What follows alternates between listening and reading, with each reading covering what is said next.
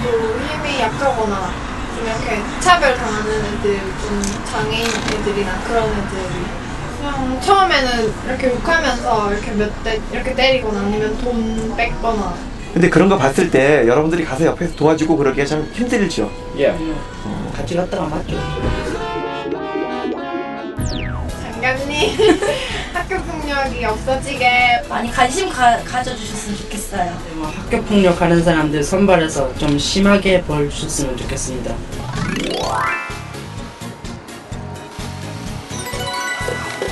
먼저 학교 폭력이 일어나는 이유는 아이들이 힘이 세지면 저절로 뭔가 군중심리 이런 게 생겨서라고 생각합니다. 당하는 학생들도 자신감을 가지고 선생님께 잘 얘기하고 적당한 체벌도 필요하다고 생각합니다. 옆에 방관하던 학생들도 같이 처벌을 해야 한다고 생각합니다. 선생님께도 무슨 벌 같은 징계를 먹여야 한다. 징계를 해야 한다고 생각합니다.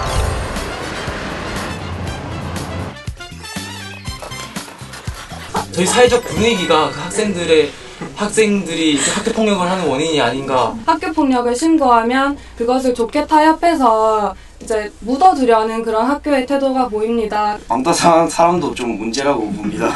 돈 뺏기고 그런 거 저는 한 번도 안 뺏겼거든요. 체육 시간 같이 애들끼리 다 같이 어울릴 수 있는 활동을 들려서 그 시간에 친해지면 좋을 것 같습니다. 학교에 있는 시간이 길잖아요. 시간이 기니까 왕따를 당할 시간도 기니까 우리 교육부 장관님께서 보충 수업과 야자를 빼주셨으면 뭐 사랑, 관심, 대화, 수상적인 말 다 치우고 체벌 금지 좀 없앴으면 좋겠습니다. 물론 강력한 처벌도 중요하지만 저는 어렸을 때부터 제대로 된 인성 교육을 시켜야 한다고 생각합니다. 전문적인 상담가나 상담실을 운영해서 제도적인 차원보다는 친구들에게 더 관심을 보입시다.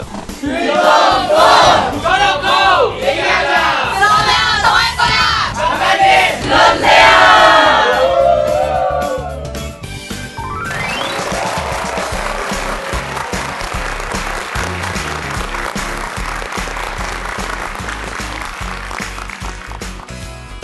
안녕하세요. KNN 특집 함께하는 교육 현장의 이야기 필통톡의 진행을 맡은 이윤석입니다. 반갑습니다. 네, 반갑습니다. 고맙습니다. 네, 반가워요. 네. 자, 프로그램을 시작하기 전에 우리 학생들의 이야기를 잠깐 들어봤는데요. 상당히 쑥스러워하는 척 하면서도 할 말은 다 하는 모습이 굉장히 인상적이었습니다.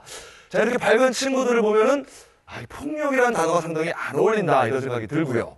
또 예전부터 폭력과 학교는 상당히 안 어울리는 단어다 이렇게 생각을 했는데 요즘 신문을 보면은 거의 매일 학교 폭력에 대한 기사가 나오고 있는 게 현실입니다. 그만큼 상황이 심각한 게 사실인데요. 그래서 얼마 전에 교과부에서도 학교 폭력 근절 종합 대책을 내놓기도 했습니다. 그리고 또 이를 해결하기 위해서 오늘 이 시간이 마련이 된 거죠. 자, 오늘 프로그램의 제목이 필통 아니겠습니까? 반드시 통할 통! 반드시 통하는 자리가 됐으면 좋겠습니다. 자, 오늘 함께 하실 분들 소개해드리겠습니다. 먼저 귀하신 분 오셨습니다. 이주호 교육과학부 장관님 모셨습니다. 감사합니다.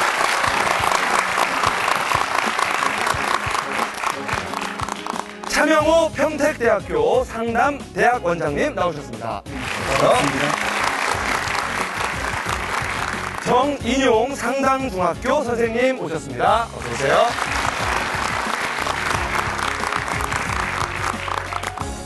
김형희 청소년 폭력 예방재단 부산 지부장님 모셨습니다. 안녕하세요. 자, 그리고 학부모님도 오늘 오셨습니다. 송진아 어머님 어서 오세요. 반갑습니다. 그리고 오늘의 주인공인 분이죠. 학생 패널 부산고등학교의 신민규 학생 어서 오세요. 반갑습니다. 네. 자, 오늘 이렇게 여러 명이 모였습니다. 어렵게 모인 만큼 가슴을 좀 툭 터놓고 진실하게 시원하게 한번 대화를 나눠봤으면 좋겠어요. 자, 그런 의미에서 저희가 구호 한번 외치고 시작을 하도록 하겠습니다. 가슴을 열면 통하리라. 다 함께 필통! 아주 고맙습니다. 시작 분위기는 좋습니다. 오늘 아주 알찬 얘기들이 많이 나올 것 같아요. 자, 본격적으로 얘기를 나누기에 앞서서 학교 폭력 근절 종합 대책에 대해서 먼저 좀 알아보는 시간을 갖겠습니다. 자, 미모와 지성을 소유한 여자, 정의를 위해서 태어난 여자, 정유진 아나운서 정리해 주세요. 네, 정유진입니다. 이 학교 폭력 근절 대책은요, 여러 명의 전문가들이 연구 분석한 결과입니다. 먼저 사소한 괴롭힘이라도 범죄로 인식하고 대응하겠다는 직접 대책이 있는데요. 4가지로 요약을 할 수가 있습니다. 차트로 함께 만나보시죠. 네, 먼저 학교장과 교사의 역할 및 책임 강화입니다. 만약에 학교에서 폭력이 일어났는데 학교장과 교사가 이를 은폐를 한다면 엄중히 처벌하고 책무성을 강화하겠다는 의미입니다. 두 번째로는 신고 조사 체계 개선, 또 가해자와 피해자에 대한 학생 조치를 강화하겠다는 겁니다. 지금까지는 신고 번호가 분산이 돼 있었습니다. 하지만 앞으로는 경찰청에서 관리하는 117번으로 신고를 하시면 됩니다. 또 가해자와 피해자의 경우에 그 처벌과 보호를 조치를 강화하겠다는 그런 얘기입니다. 또래 활동 등 예방 교육의 확대인데요. 또래 활동을 통해서 더욱더 그 갈등을 해결을 스스로 하고 학교에서도 예방 교육을 체계화하겠다는 그런 의미입니다. 학부모 교육 확대, 또 학부모의 책무성 강화인데요. 학부모를 대상으로 교육을 하고 또 자원봉사로 참여를 확대해 나가겠다는 그런 의미입니다. 다음은 학교와 가정사회가 함께하는 인성교육의 실천을 대응한다는 그런 원칙 아래 그 간접 대책이 마련되어 있습니다. 3가지로 요약을 할 수가 있는데요. 첫 번째입니다. 교육 전반에 걸친 인성교육입니다. 앞으로는 바른 생활관리, 또 학생생활 규칙 준수 등을 내용으로 인성교육이 추진이 됩니다. 두 번째입니다. 가정과 사회의 역할 강화인데요. 민간 협력 체계를 강화를 해서 가정이 교육 기능을 회복시킬 그럴 계획입니다. 마지막으로는 앞으로 개인과 인터넷에 대해서 심의와 규제를 강화를 하고 예방과 치유 교육을 강화하겠다는 그런 방침입니다. 학교 폭력을 근절하기 위해서 이렇게 마련된 대책은 모두 7가지입니다. 우리 사회가 우선 학교 폭력에 대해서 심각성을 인식을 하고 있고 또 그거에 대해서 대책을 이렇게 마련해 나간다는 점에서 참 다행이다라는 생각이 드는데요. 이를 통해서 행복한 학교가 만들어졌으면 좋겠습니다. 지금까지 정리하는 여자 정유진이었습니다. 수고하셨습니다. 네, 정유진 아나운서가 아주 깔끔하게 정리를 잘 해주셨어요.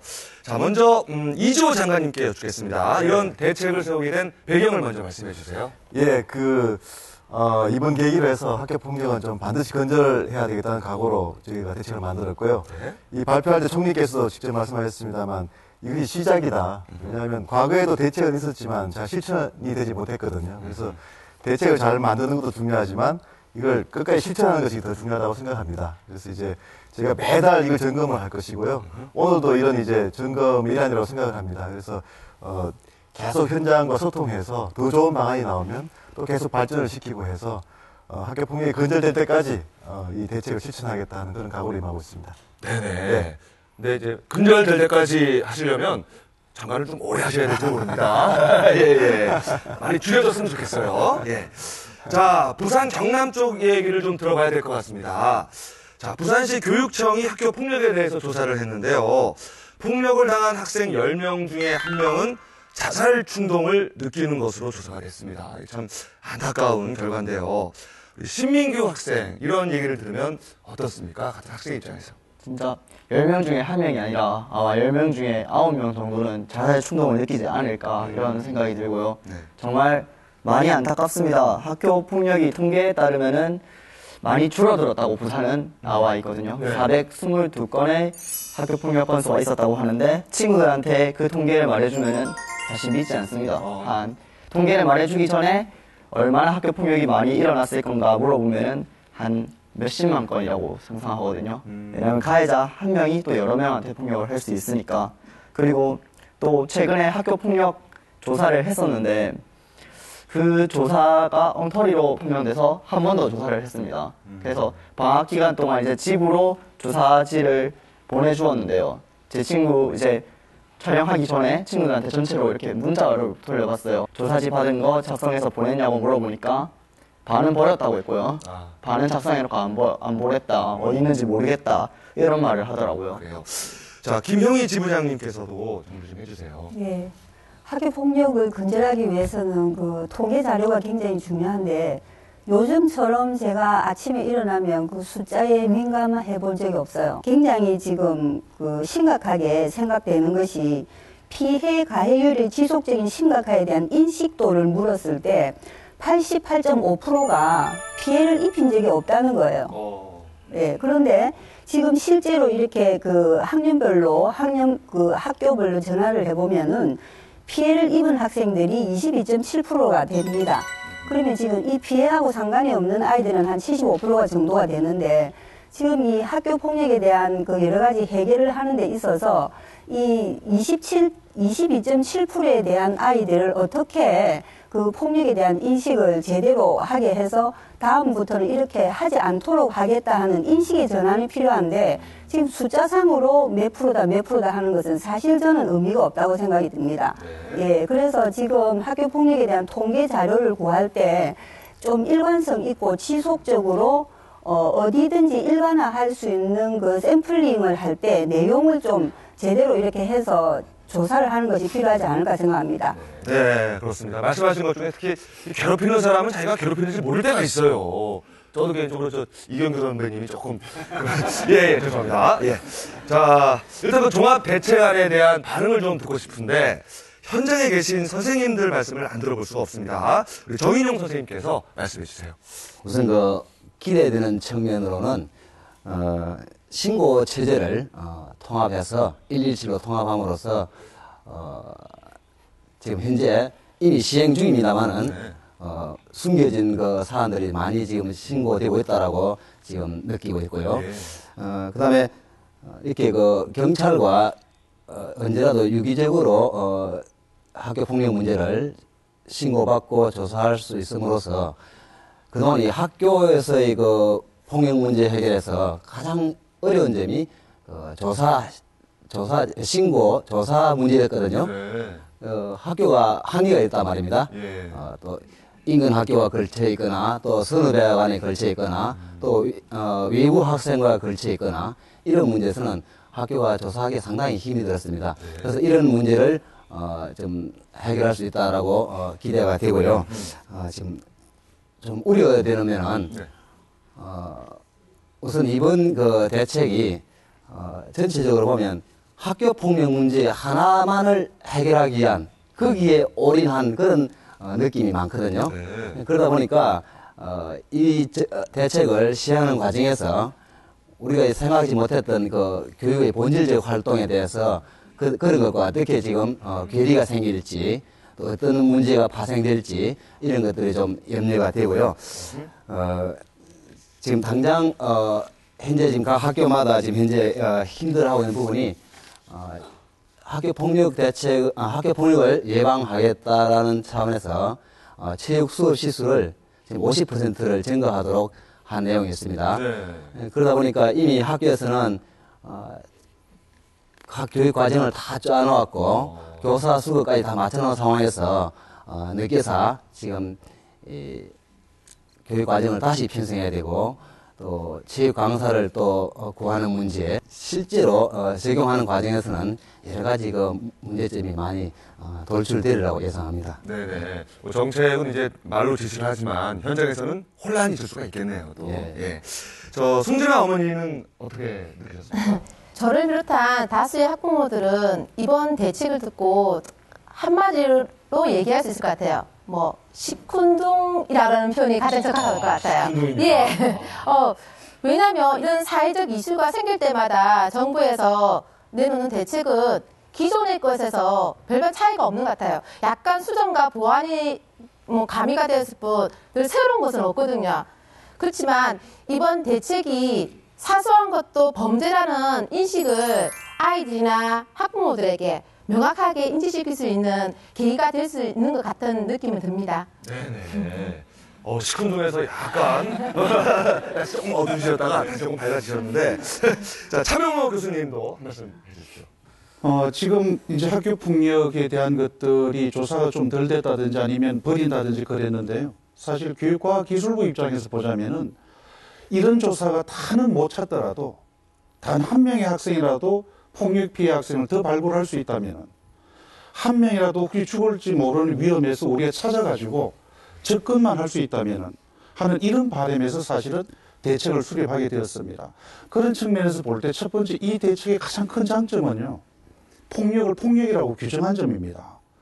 이거 대부분 인식의 전환이라고 생각하시는데 한 대라도 때리면 폭력이고 폭력이기 때문에 법적인 저촉을 받게 하겠다는 겁니다.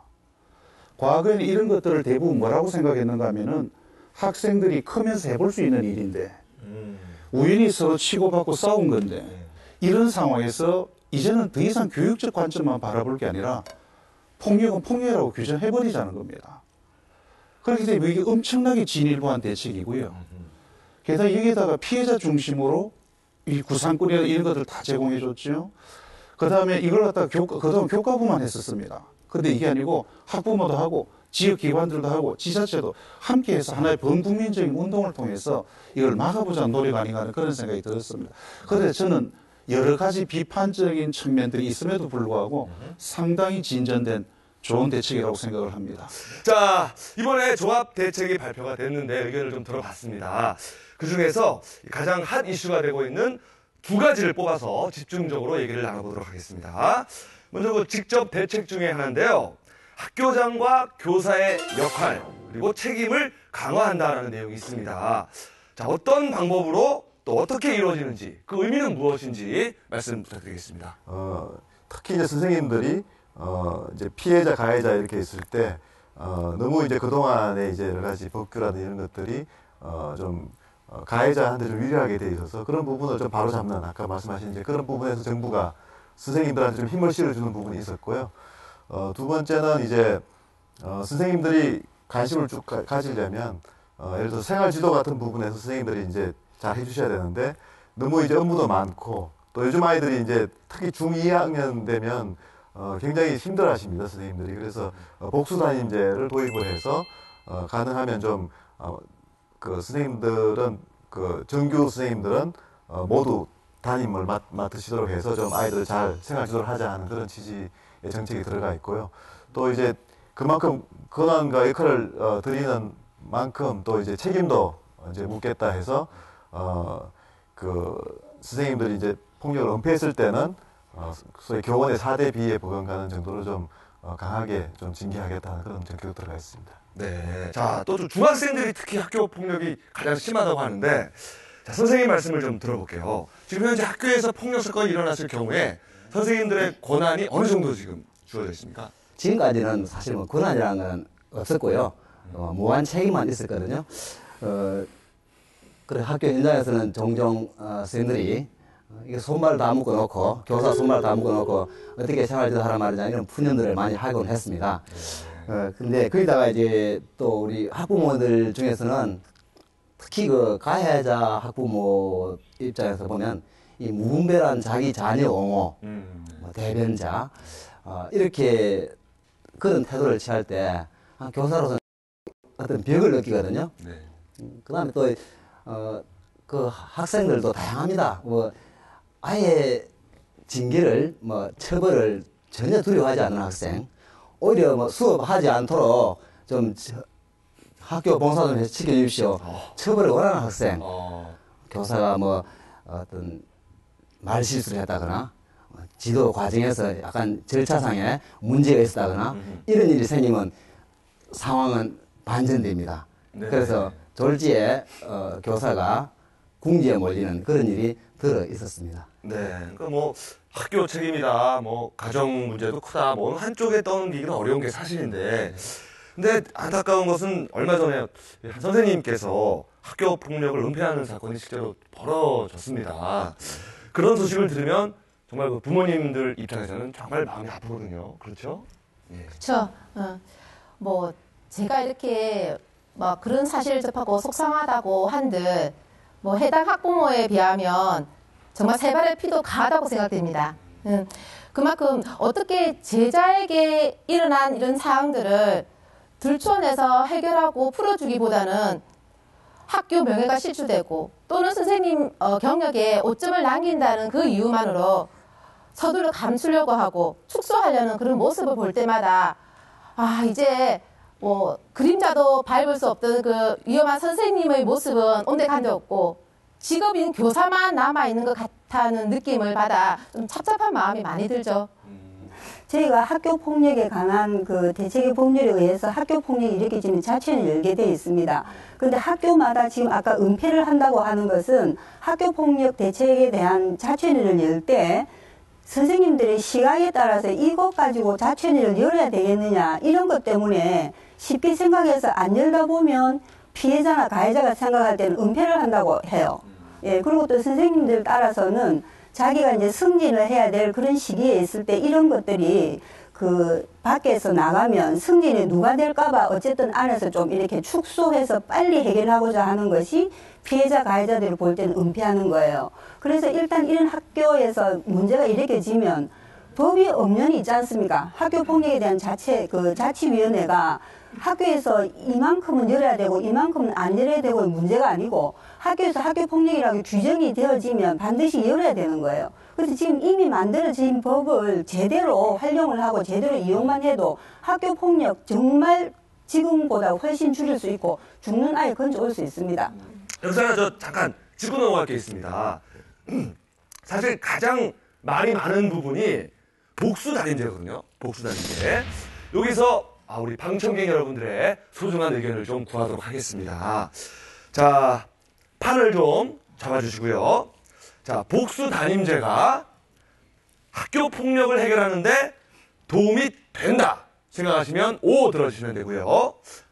도움이 되지 않을 것이다 생각하면 X 들어주시면 됩니다. 자, 셋 하면 들어주세요. 하나, 둘, 셋! 들어주세요! 자, 저희가 집계를 하겠습니다. 계속 좀 들어주세요. 이쪽은 좀 빨갛고, 예, 이쪽은 또 파랗고. 자, 집계 결과가 나왔습니다. 자, 복수단임제가 폭력 해결에 도움이 될 것이다가 35명 있었고요. 크게 도움이 되지 않을 것이다 하는 분들이 60명, 거의 2배가량 많았습니다. 예. 자, 이 집계 결과에 대해서 조금 더 얘기를 들어보도록 하겠습니다. 우리 방청객분들의. 자, 우리 부산의 명문이죠. 강영훈 씨, 수고해주세요. 어느 학생과 함께 얘기를 나눠볼까요? 지금 여기 아름다운 학생이 지금 나와 있네요. 반갑습니다. 네, 반갑습니다.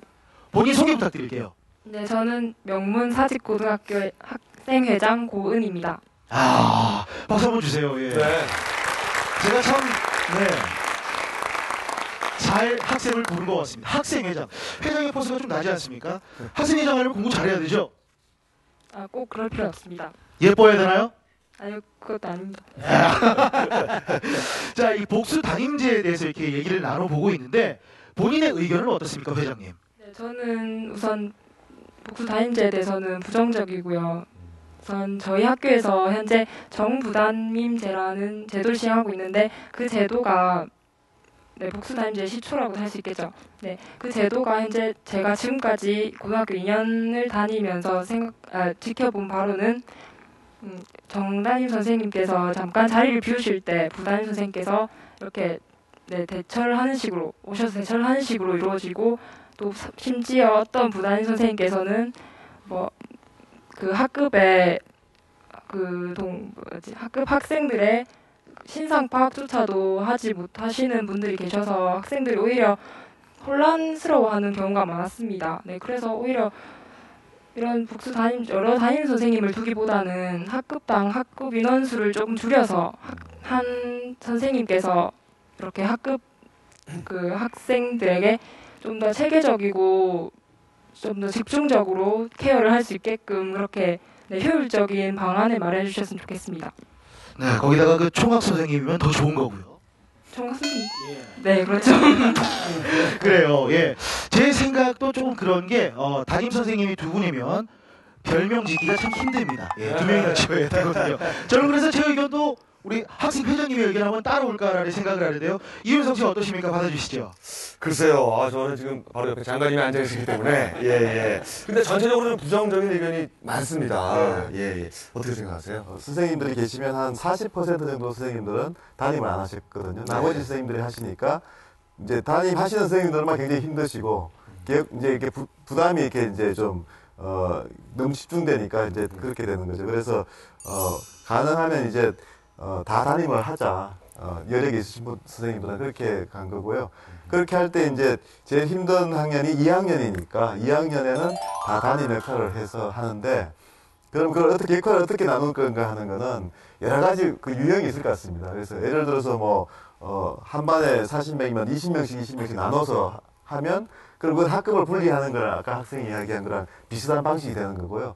아니면 또 이제 그 학급에서 굉장히 좀 그 생활 지도하기 어려운 학생들이 집중되어 있을 수가 있거든요. 그 학생들만 뭐 한 선생님이 담임을 하고 나머지 학생들을 한다든지, 아니면 또 한 선생님은 생활 지도를 중심으로 하고 또 다른 선생님은 그 행정적인 역할을 한다든지 여러 가지 이제 이렇게 역할 구분이 가능한데요.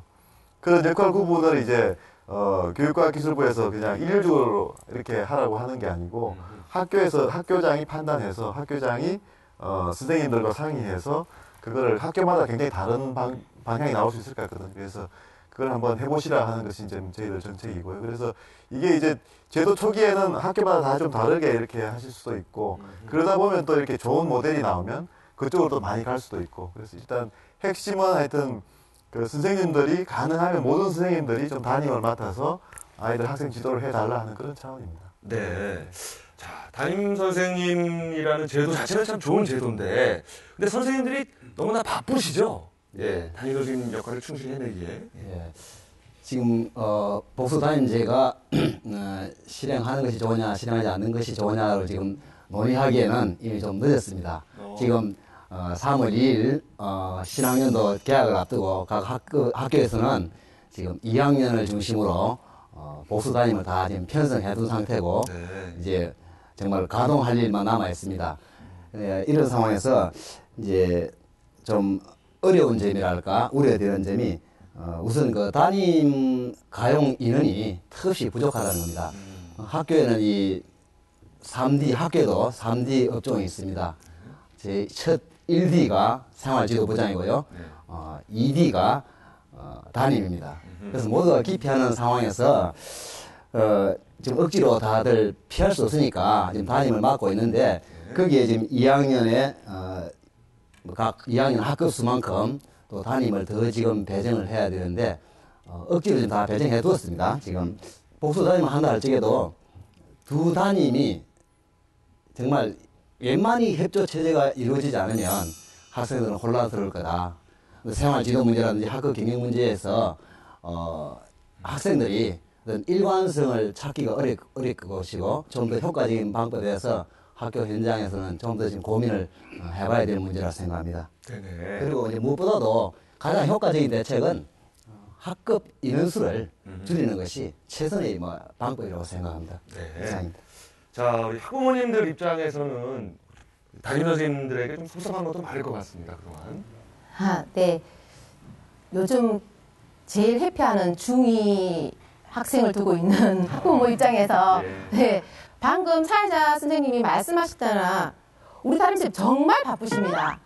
제가 이제 사전에 스케줄을 확인하고 약속을 하지 않으면 전화 통화조차 힘들 경우가 많거든요. 왜냐하면 수업이 너무 계속해서 이어지다 보니 그 비는 시간을 맞춘다는 게 학부모 입장에서는 좀 힘들거든요. 근데 저는 그나마 괜찮은데 저희 아이는 1년 동안 담임 선생님하고 수업을 한 번도 해본 적이 없다고 믿으시겠습니까?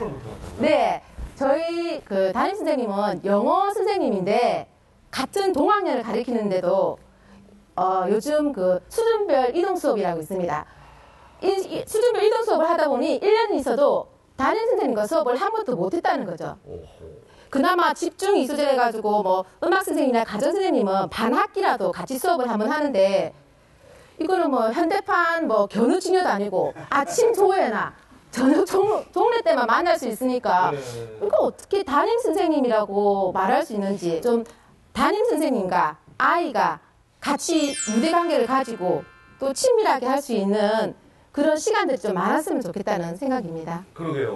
무슨 홍길동도 아니고 아버지라 부르지 못하고 담임 선생님 얼굴을 못 보고 뭐 이런 사태가 있는데, 어떻게 보면 이 선생님들 업무가 너무 과중해서 또 그런 거잖아요. 예, 선생님 입장을 말씀해 주세요. 그래도 말씀드리지만은 두 담임 선생님이 어떻게 지금 공조 체제를 이루느냐에 따라서 성공할 수도 있고 또 효과가 없을 수도 있습니다. 두 담임과 학생들이 정말 그 학급에서 터놓고 우리 어떻게 인간관계를 맺으면서 어떻게 담임과 학생 간의 관계를 맺으면서 우려나갈래 하고 어떤 회의를 통해서 학생들에게 어떤 뭐 반짝이는 아이디어를 받아서 이렇게 한번 해보는 것도 방법이 될 것 같습니다. 그러니까요. 담임 선생님이 2명이나 됐는데도 얼굴을 못 봐요. 이렇게 되면 정말 안 될 것 같아요. 제가 학교폭력 SOS 지원단의 코디네이터로서 학교폭력 SOS 지원단 사업을 하는 초기 2007년부터 제가 아마 초중 고등학교 통틀어서 저만큼 이렇게 현장에서 학교폭력을 이렇게 바라본 사람이 없을 거예요. 거기서 지금 제가 보면 결론적으로 말씀드리면 복수 담임제 반드시 필요하고 꼭 필요합니다. 학교 폭력이 일어나는 시간대와 장소가 70% 이상이 학교에서 일어납니다. 그 학생부장 선생님이 일 끝나고 나면 뭐라고 하시는 줄 압니까? 사표 내겠다고 합니다. 차라리 내가 배추 장사를 하겠다고 하는 선생님도 계십니다. 예, 그래서 그 일을 해결하는 것이 보직을 맡은 선생님이 한다는 것은 너무나도 가중한 그 업무 부담이고요. 이번 기를 통해서 그 운행 방식은 어떻게 이제 바꿀 수가 있어요, 학교마다. 그렇지만 반드시 이게 필요하다고 저는 여러 선생님들이 끝까지 버티기 위해서는. 자, 여기서 저는 한 가지 생각이 나는 것이 이제 교권 문제가 생각이 납니다. 사실 저희 때는 뭐 선생님을 무서워도 했지만 존경하는 마음들이 컸습니다. 그래서 아무리 막 시끄럽고 떠들고 뭐 싸움이 나도 선생님이 오시면 조용했었거든요. 저희 때도 이제 키가 굉장히 작은 선생님이 한 분 계셨는데 창가에 지나가시면 이렇게 창문에 이렇게 머리가 올라갔다 내려갔다 올라갔다 내려갔다 이렇게 해요. 걸어오면은. 그럼 우리가 야 파도 친다 그래요. 그러면 조용해지고 선생님 들어오시면 딱 졸던 사람들도 일어나고 뭐 이랬던 기억이 나는데 요즘은 예전만큼은 이 선생님들에게 존경심을 표현한다거나 좀 무서워한다거나 그런 게 많이 줄어든 게 아닌가 싶은데 어떻습니까? 스승의 뭐 그림자도 밟지 않는다는 이런 그 과거의 그런 시대의 사회적 교권 회복은 이제 시대 상황과 지금 맞지 않고요.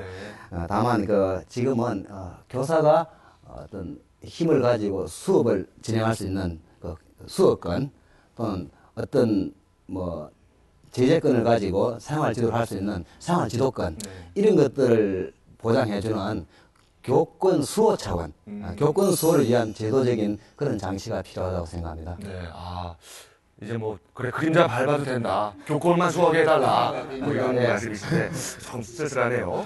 자, 우리 신민규 학생은 학교에서 어떻게 느꼈습니까? 가르침이라는 게 회초리나 어떤 권위로 학생을 억누르고 무조건 바른 길로 따라오게 하는 게 아니라 아이들이랑 소통하면서 이렇게 이야기를 들어주고 이해해주면서 아이들을 가르치는 게 저는 가르치는 거라고 생각하거든요.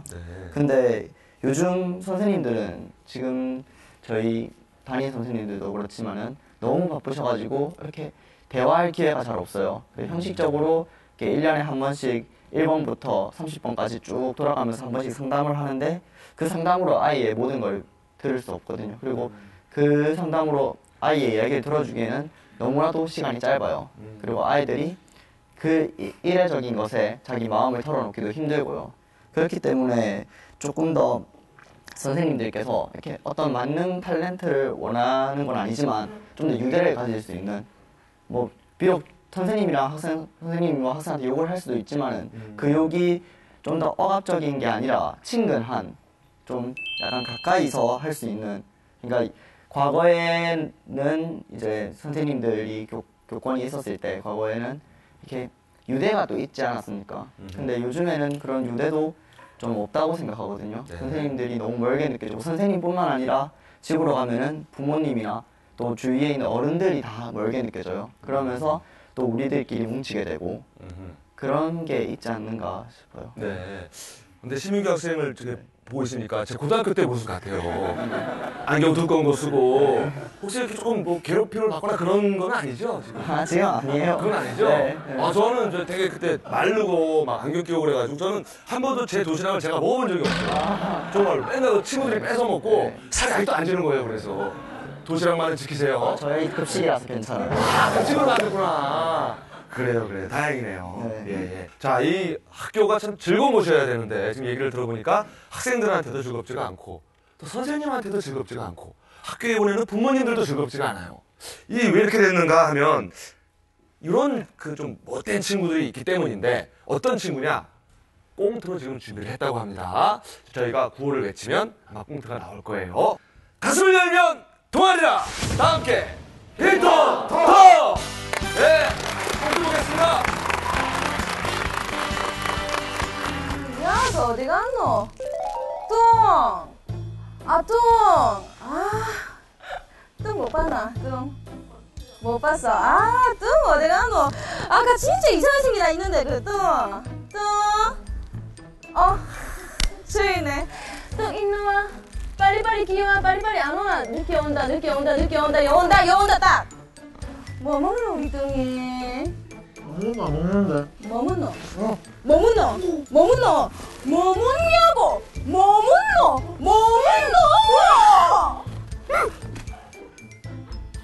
흐리네, 또 더럽게. 이 뭐고? 빵.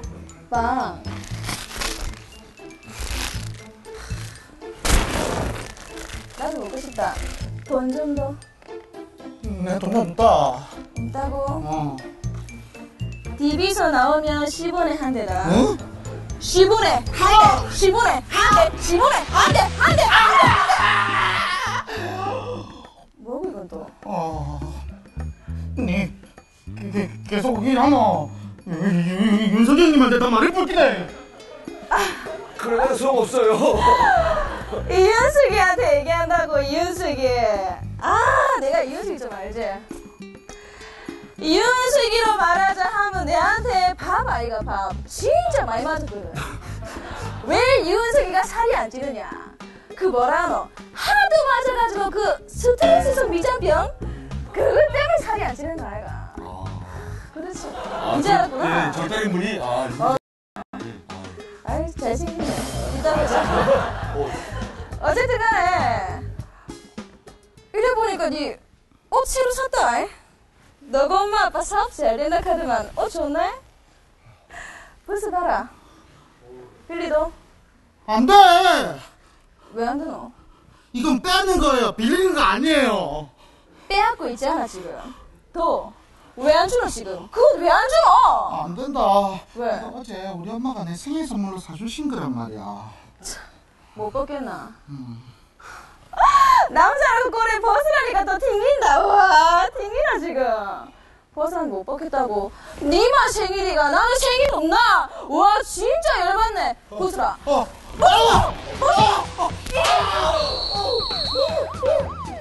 전수진 학생! 동작 마라! 아니 동작 그만! 지금 멸치를 또 먹었어. 참네. 멸치 누구세요? 나? 응. 민중이 지팡이 짧은 거 지팡이다. 민중이 지팡이. 왜 왔어요? 네가 얘 때렸잖아. 어이 세상에 얼굴 봐. 오지게도 때리네 이거. 어떡할게. 야, 점점 이윤석이 돼간다. 바짝 말라가. 알잖아요. 늘 그냥 맞는 게 일상이야. 그냥 때리고 싶고 주먹을 부르는 얼굴 아닙니까? 여 주먹을 부른다니까. 그래. 그래서 내가 지금 이 자리에 온 거 아니겠어? 근데 쌤이 안 오고 왜 하시는데요?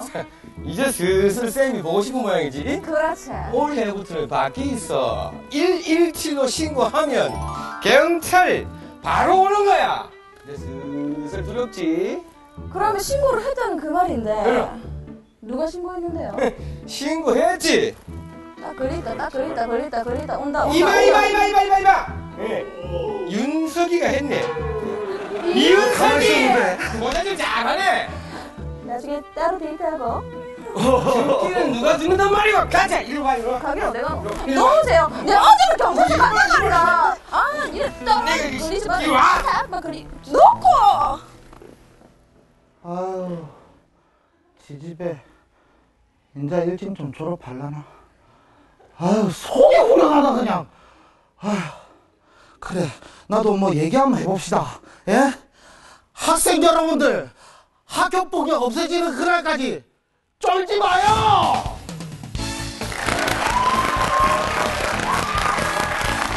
자, 꽁트 잘 봤습니다. 자, 학교에서 폭력이 발생했는데 민중의 지팡이가 등장을 했습니다. 근데 극 중에서는 진짜 지팡이 같은 분이 등장을 했어요. 너무 좀 많으신 분이 등장을 했는데 어쨌거나 이게 실제 상황이라고 한번 생각을 해봅시다. 자, 학교 폭력에서 경찰이 개입하는 것. 자, 여러분들이 어떻게 생각하시는지 직접 한번 여쭤보도록 하겠습니다. 학교에서 폭력 사태가 발생했을 때 경찰력이 투입되는 것이 필요하다 생각하시면 O, 필요하지 않다 생각하시면 X입니다. 자, 하나, 둘, 셋, 들어주세요. 자, 결국에는 조금 비슷한 것도 같은데요. 수가. 근데 집계가 됐습니다. 자, 학교에서 폭력 사태가 발생했을 때 경찰의 투입이 필요하다 생각하시는 분들이 48명, 그리고 개입이 필요하지 않다 생각하시는 분이 45명이었습니다. 그러니까 차이가 크지는 않습니다. 거의 비슷한데 한 3분 정도 그래도 경찰 개입이 지금은 필요하지 않나 이렇게 생각을 조금 더 하셨어요. 자, 그러면 직접 한번 의견을 들어보도록 하겠습니다. 오늘 이분의 활약이 대단합니다. 예, 자, 강영운 씨. 반갑습니다. 안녕하세요. 본인 소개 부탁드릴게요. 예, 안녕하십니까. 동래고등학교 정승민이라고 합니다. 동래고등학교면 부산에서 굉장히 또 명문고등학교. 얼굴도 명문이네요. 네. 자, 어떻게 생각하세요? 학교 내 공권력 투입. 저는 경찰이 학교에 투입하는 것이 좋지 않다고 생각합니다. 낙인 효과라는 심리학 용어가 있는데요. 낙인 효과란 그 학생이 어떤 낙인이 찍히면 그에 맞게 행동한 것을 말하는데요. 어떤 학생이 우발적이든 지속적으로 했든 뭐 잘못을 저질렀을 때 그 경찰이 와서 너는 잘못된 사람이다 낙인을 찍어버리면 그 학생의 나중에 미래는 한번 생각해 주셨으면 좋겠고요. 한 번 더 바로 잡을 수 있는 기회를 줘야 된다.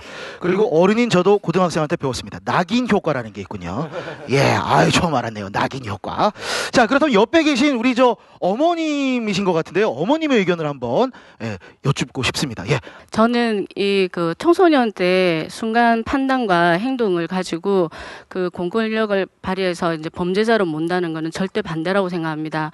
주로 지금 학부모님들이 이거에 대해서 굉장히 관심을 많이 가지고 있는데요. 근데 저는 제 주위에 가해자 학생의 부모님을 얘기를 들어본 견해로는 그 학생도 피해자였다는 거였습니다. 그래서 제가 생각했을 때는 이 아이들이 다 가해자든 피해자든 다 피해자라고 저는 생각하고요. 그래서 보이지 않는 이 사회에 아이들이 왜 이렇게 힘들어하고 이걸 폭력으로 밖에 내세울 수밖에 없는지를 그에 대한 문제를 좀 풀고 이걸 방안을 해서 그 아이들을 감사하면서 다시는 그런 짓을 안 하고 꿈을 더 크게 자기 잘못을 깨우치고 꿈을 펼칠 수 있는 그런 조건을 만들어줘야 된다고 생각합니다. 자, 지금 두 번째 이슈는요. 조금 얘기를 나눠봤는데 처벌과 신고 체계의 강화입니다.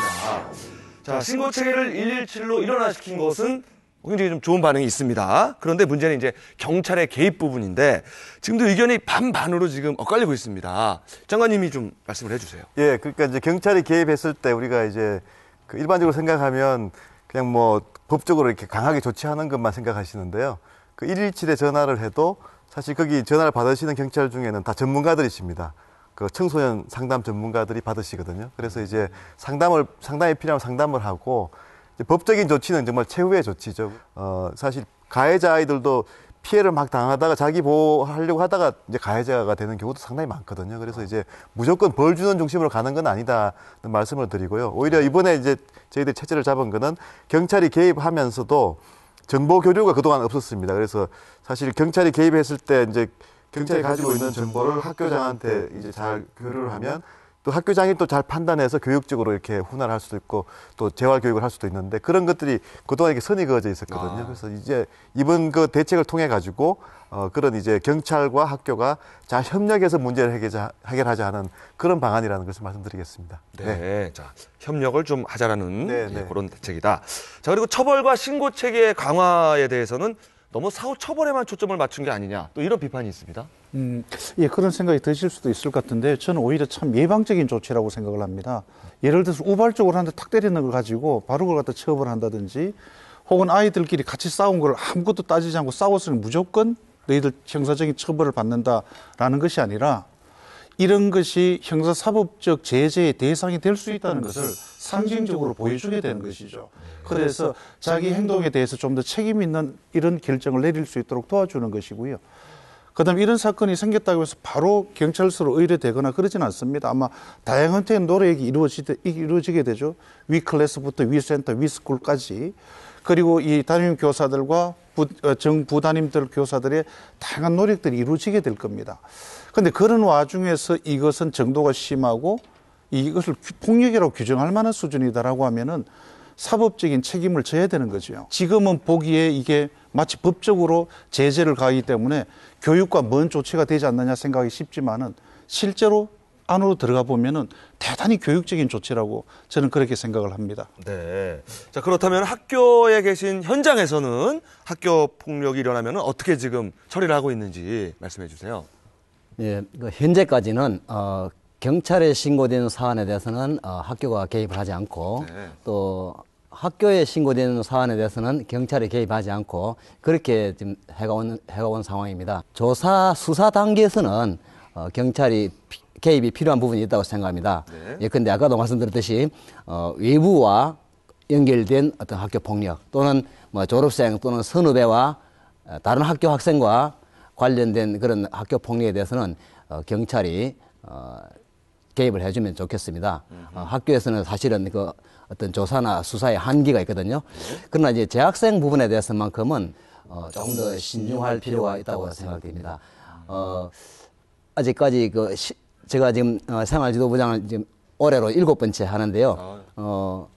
지금 학교가 해결하지 못하는 경찰이 개입해야 될 그런 사건은 아직 한 번도 없었습니다. 민규 학생은 학교에서 제 아는 친구 중에 어떤 학교는 학교에서 학교 폭력 예방 차원에서 학교 안에서 노스페이스 옷을 전혀 못 입게 하는 식으로 그런 제도를 만들었다고 하더라고요. 페이스?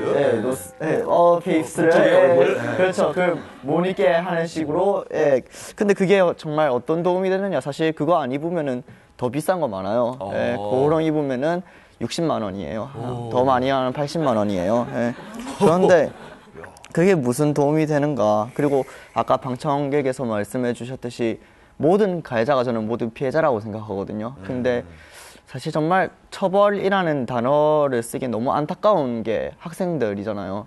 저희 가해자도 사실 학생들이고 자기들도 나름의 이유가 있는데 그 이유를 들어주는 게 저는 이제 어떤 특정한 처벌보다 중요하다고 생각하거든요. 그래서 좀 더 어떤 경찰력이 투입돼서 처벌을 하거나 법적으로 가는 쪽보다는 저는 사실 반대예요. 경찰이 학교에 있으면 정말 부담스럽고 그 자체만으로도 정말 스트레스일 것 같고요. 이중 감시 받는다는 기분 들 것 같고 그래서 이제 좀 더 대화를 할 수 있는 장이 더 중요하지 않느냐 그렇게 생각합니다. 이런 그 부작용을 굉장히 우려하는 목소리도 많은 것 같습니다.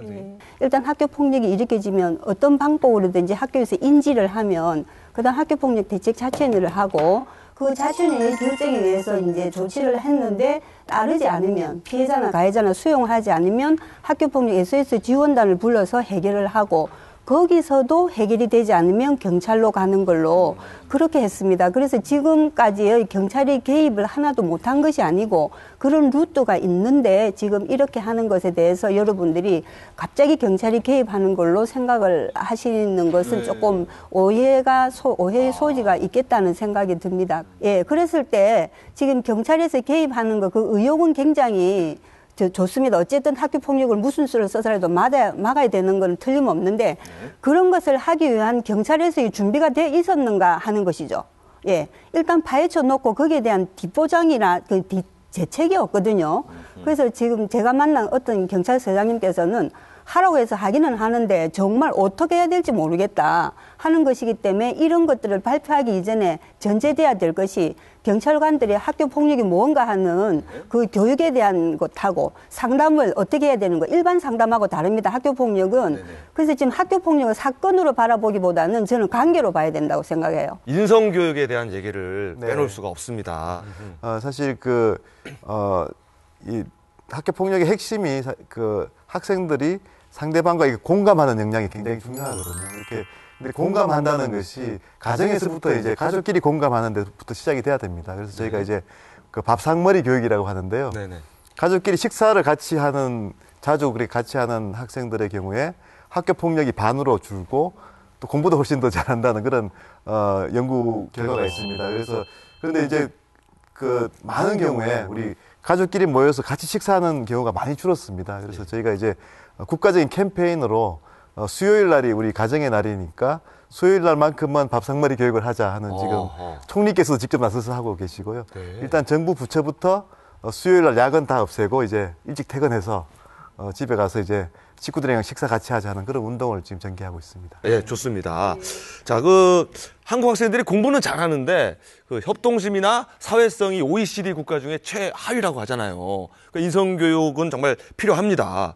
그 부분에 대해서 의견을 좀 말씀해 주시면 좋겠어요. 인성교육이라는 게 뭔지는 모르겠지만은 계속 강조하듯이 일단 학생들의 이야기를 들어주는 게 가장 최고의 인성교육이고 들어주면은 그게 뭐가 문제인지 분명히 나올 거거든요. 저 솔직히 하고 싶은 말이 되게 많았어요. 부모님들한테도. 근데 그게 털어놓고 나니까 이제 부모님들은 분명히 그런 걸 가지고 계시거든요. 해결 방안이라던가 어떻게 하면 바른 대처 방법이다. 그러니까 그런 기회를 좀 마련해 줄 수 있으면 정말 감사하겠고요. 제 친구들 이야기 들어보면은 밥상에서 이야기하는데 이야기가 공부 이야기예요. 그러니까요. 네. 대학 어디 갈 거냐? 너네 이번에 성적 어떻게 됐냐? 공부 잘하고 있냐?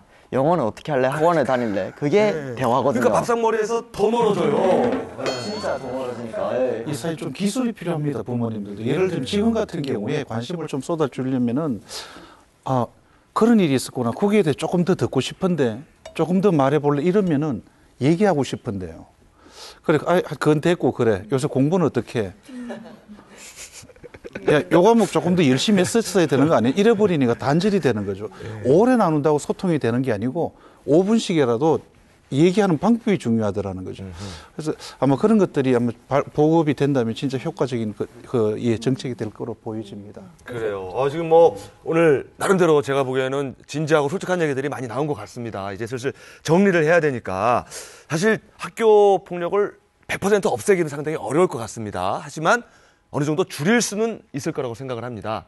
예, 각자 한 분씩 오늘 정리하는 의미에서 오늘 그 의견에 대해서 한 말씀씩 해주시면 좋을 것 같아요. 우리 어머니부터 들을까요? 예. 저는 이런 그 학교 대책이 대부분 보면 어른들 시각에서 노는 게 참 많은 것 같아요. 그런데 학교에서 특히 중학생 같은 경우는 어느 정도 그 감정 조절이 안 되는 부분이 많기 때문에 아이들을 상대방의 마음이 어떤지 헤아릴 수 없는 경우가 많거든요. 그래서 서로의 역할을 바꿔보는 역할극이라든지 안 그러면 이런 학교 폭력 사태가 났을 때 법정 토론회라든지 이런 게 좀 그냥 바로 보여주고 그냥 이래서는 끝나는 동영상 강의나 이런 학교 폭력 강의가 아니고 아이들이 직접 체험하고 경험할 수 있는 이런 게 좀 더 반별로 또 단체적이 아닌 또 주기적으로 이루어질 수 있는 그런 시간들이 많았으면 좋겠습니다. 맞습니다. 일회성이 아니었으면 좋겠어요. 네. 우리 선생님. 저는 어쨌든 그 학교 폭력이 없어지려면 예방이 가장 좋은 치료 방법이라고 생각을 하고 있는데 지금껏 이야기 나온 것 중에서 인성교육이라든지 그런 것들은 학교 측에서만 해야 되는 것이 아니고 집에서만 하는 것이 아니고 오늘 주제처럼 의사소통이 문제라고 생각합니다. 그래서 학교 측에서는 또 가정을 탓하고 또 가정은 또 학교를 탓할 것이 아니라 힘들 때 언제든지 연락을 하면 서로 협력을 해서 아이를 바로 세우는 일에 협력을 해야 되지 않을까 하는 것이고요. 카레이스들은 보니까 직선 구간에서는 절대 추월하지 않더라고요. 보니까 언제 추월하는가 하면은 코너 돌 때 추월하기 시작합니다. 위기가 있을 때 진짜 그때 우리의 교육이 선진화될 수 있는 좋은 시간과 기회가 주어질 거라는 생각이 듭니다. 이번 학교 폭력으로는 생각하지 않으시기 때문에 이런 일을 하신다는 생각이 들고요. 우리 교육이 더 선진화되는 그 첫 터닝 포인트가 이 자리였으면 좋겠다는 생각 말씀드리고 싶습니다. 우선 이런 프로그램을 통해서 많은 사람들이 학교 폭력을 보게 되고 또 관심을 갖게 되면서 이제 어른들이 이 프로를 보고 뜨끔해서 학생들한테 너 오늘 아침을 먹었는지 이렇게 물어볼 수 있는 계기가 될 수 있을 거라 생각하고요. 이것 자체가 또 하나의 학교 폭력의 해결 방안이라고 생각하고요. 맞아요. 또, 무엇보다 이제 다들 관심을 가질 수 있는 그런 좀 장이 많이 마련됐으면 좋겠습니다. 어떻게 해서든 학부모와 교사와 학생이 무슨 일이 있기 전부터 어떤 뭐 일이 터지기 전부터 어떤 의사소통을 자주 할 수 있도록 어떻게 뭐 정리화한다든지 뭐 법적인 제도적인 무슨 장치를 마련해 두는 것이 좋을 것 같다는 생각도 합니다. 저희가 그 앞에서도 말씀하셨지만 학교 폭력의 본질은 소통인 것 같습니다. 학생들 간에 소통하고 공감하면 폭력이 없어지는 거 아니겠습니까? 또 선생님들이 또 학부모와도 소통하고 학생과 소통하면 또 대응이 되는 것이고요. 또 정부도 그런 차원에서 계속 소통을 할 것이고요. 오늘 그 부산에서의 좋은 소통의 자리가 정말 저희로서는 참 감사드리고요. 또 이게 좋은 계기가 될 것 같습니다. 감사합니다. 네. 오늘 굉장히 뜻깊고 의미 있는 얘기들이 많이 나온 자리가 아닌가 생각이 들고요. 그럴 수 있는 뭐 여러 가지 이유가 있겠습니다만은 또 좋은 MC를 썼기 때문에 이렇게 해서 좋은 결실을 맺는 게 아닌가 이런 개인적인 평가도 해봅니다. 자, 마지막으로 구호를 힘차게 외치면서 마무리를 하도록 하겠습니다. 자, 먼저 학교 폭력이 사라지도록 우리가 시원하게 한번 외쳐보겠습니다. 자, 가슴을 열면 통하리라. 다 함께. 감사합니다.